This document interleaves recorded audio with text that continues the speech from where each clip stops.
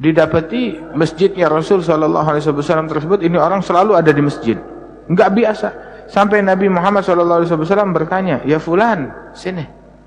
"Na'am ya Rasulullah. Saya ngelihat kamu ini di masjid." "Ya bagus di masjid terus. Bagus di masjid terus. Tapi kalau enggak pulang-pulang ke rumah, kenapa kamu di masjid terus? Ada masalah apa?" Begitu. Di masjid terus bagus, 5 waktu di masjid bagus. Rajulun qalbu mu'allaqun bil masajid bagus. Tapi ini seperti orang melarikan diri kabur di masjid, enggak mau keluar dari masjid. Bilang, "Kamu ada masalah apa?" Dia bilang, "Ya Rasulullah, humum wa ghumum wa dunun alayya."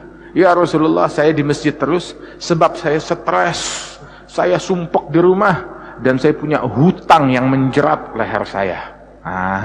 Begitu. Sini kata Rasulullah, "Mau gak kamu saya ajarkan sebuah amalan? Kalau kamu amalkan amalan tersebut, stresmu bakalan hilang, sumpekmu bakal diangkat oleh Allah Ta'ala, kesedihanmu, dan hutangmu bakal lunas." Bilang, "Na'am ya Rasulullah, saya mau, ajarkan saya amalan tersebut." Nabi ajarkan, tiap pagi dan sore kamu lazimkan amalan, "Allahumma inni a'udzubika minal hammi wal hazan, wa a'udzubika minal ajzi wal kasal, wa a'udzubika minal jubni wal bukhul, wa a'udzubika min ghalabatid dain wa ghahril rijal." Ya Allah, aku berlindung kepadamu dari stres, dari sumpek, dari kesedihan, begitu, minal ajzi wal kasal, dari sifat lemah, dari sifat pemalas, jubun wal bukhul, berlindung kepada Allah dari sifat pelit dan sifat penakut, pengecut. Begitu juga dari hutang dan amarah manusia. Sahabat ini bilang, "Saya lazimkan doa ini selama beberapa hari." Itu enggak sampai sebulan, stres saya hilang, sumpek saya hilang, hutang saya juga lunas. Hutang juga lunas.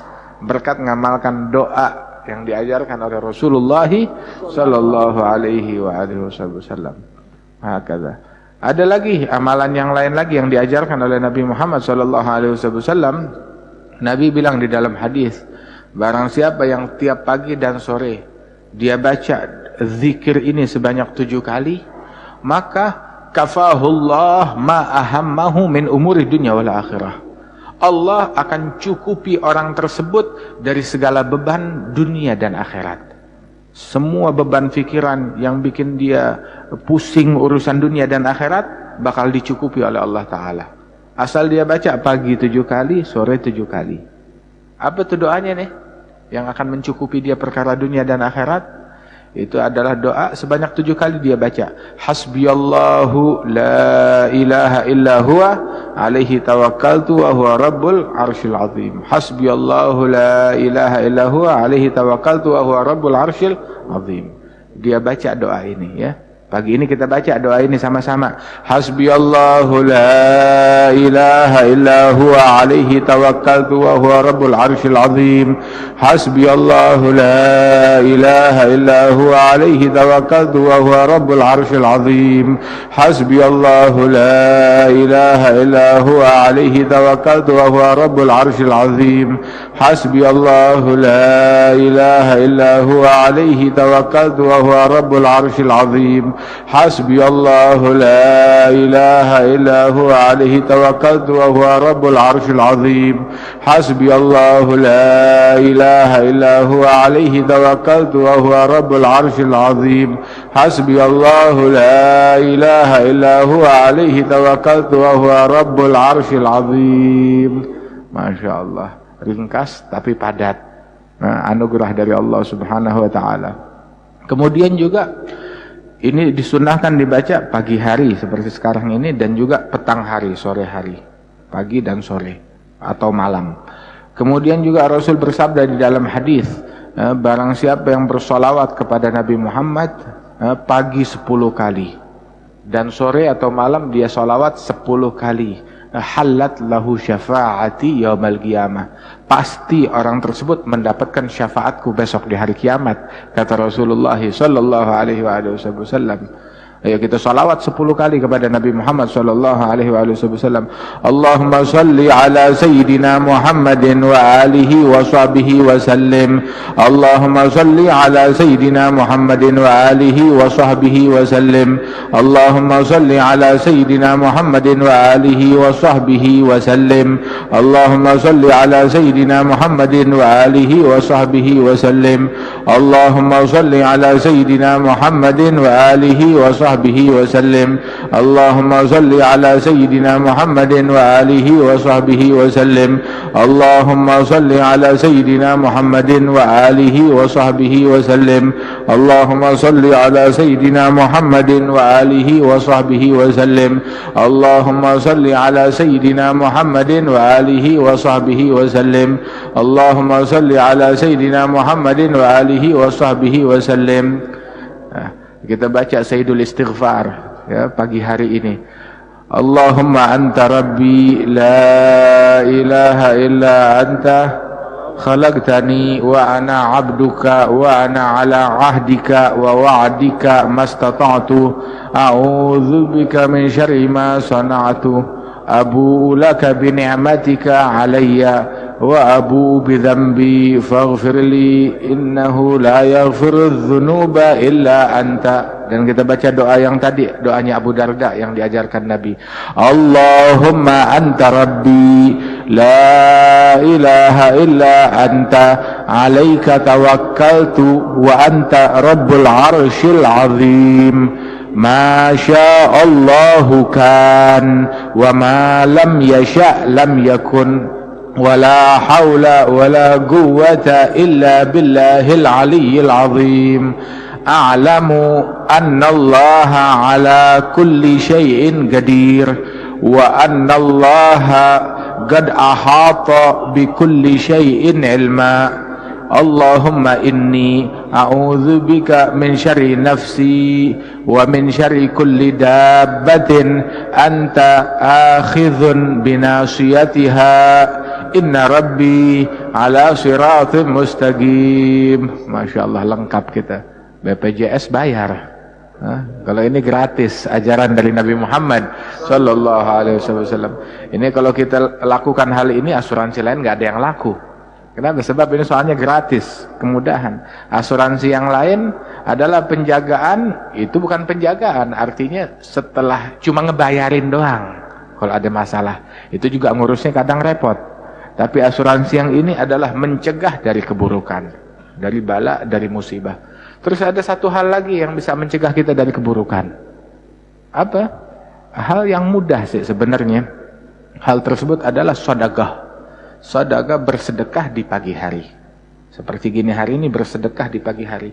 Nabi bilang di dalam hadis, badiru wa fi riwayah bakiru bis sedekah. Fa innal bala la yatakhatta as-sedekah.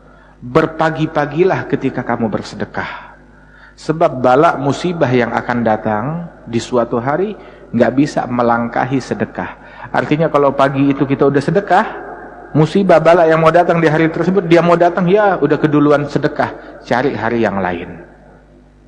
Di hari yang lain nggak taunya paginya udah keduluan dengan sedekah, dia cari hari yang lain di waktu yang lain. Gitu. Dengan kita bersedekah, kita insya Allah aman dari bala. Ini sabdanya Nabi Muhammad sallallahu alaihi wasallam. Di antara para salah seorang ulama besar, hadza al-imam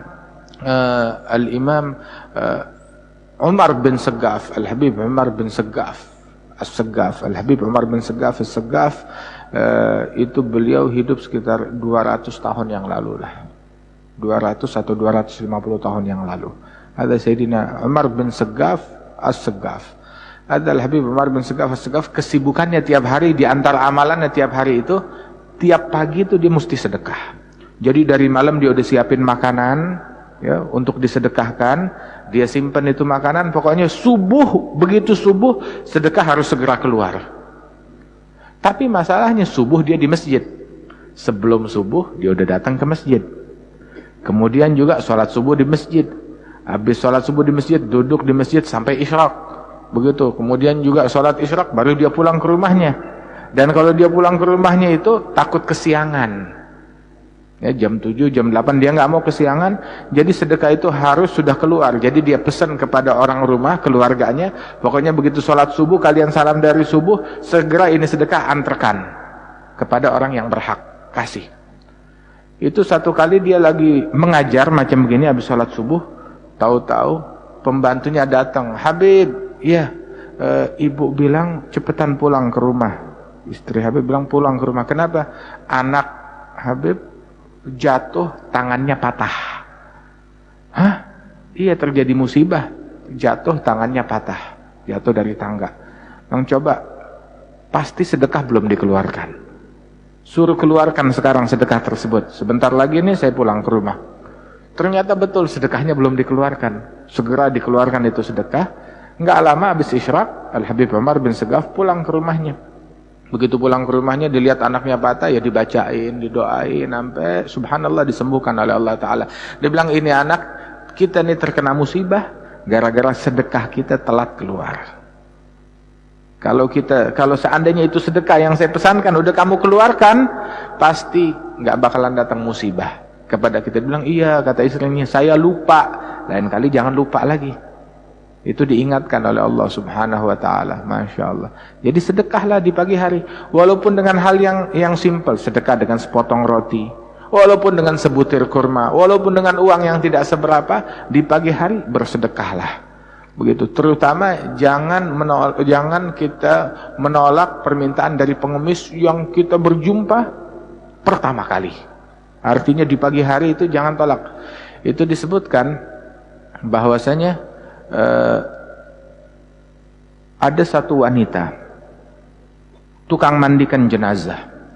Maka wanita tersebut sekali dia kedapatan jenazah seorang perempuan, itu begitu mau dimandiin, dilihat jenazahnya senyum lebar seperti orang tertawa.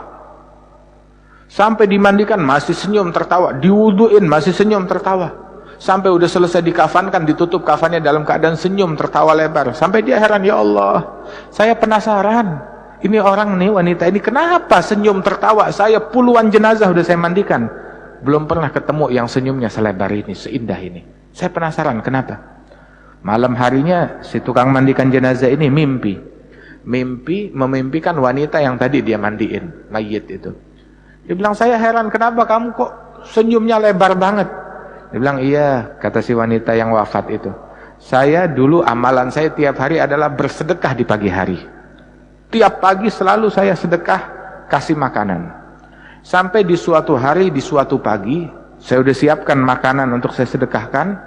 Mungkin karena itu pagi hujan, lebat, atau bagaimana, itu jalanan kosong, sepi. Tapi sedekah mesti keluar. Cari-cari, nggak ada orang. Akhirnya itu makanan, saya lihat ada keledai, saya berikan makanan ini kepada keledai. Saya pikir ini sih nggak bakalan ada pahalanya. Begitu, hari ini saya gagal, nggak bakalan ada pahalanya, diberikan kepada keledai. Begitu saya meninggal dunia, pahala pertama yang menyambut saya, pahala sedekah saya kepada keledai. Masya Allah. Ya? Belum sedekah kepada yang lain pahalanya semuanya ada.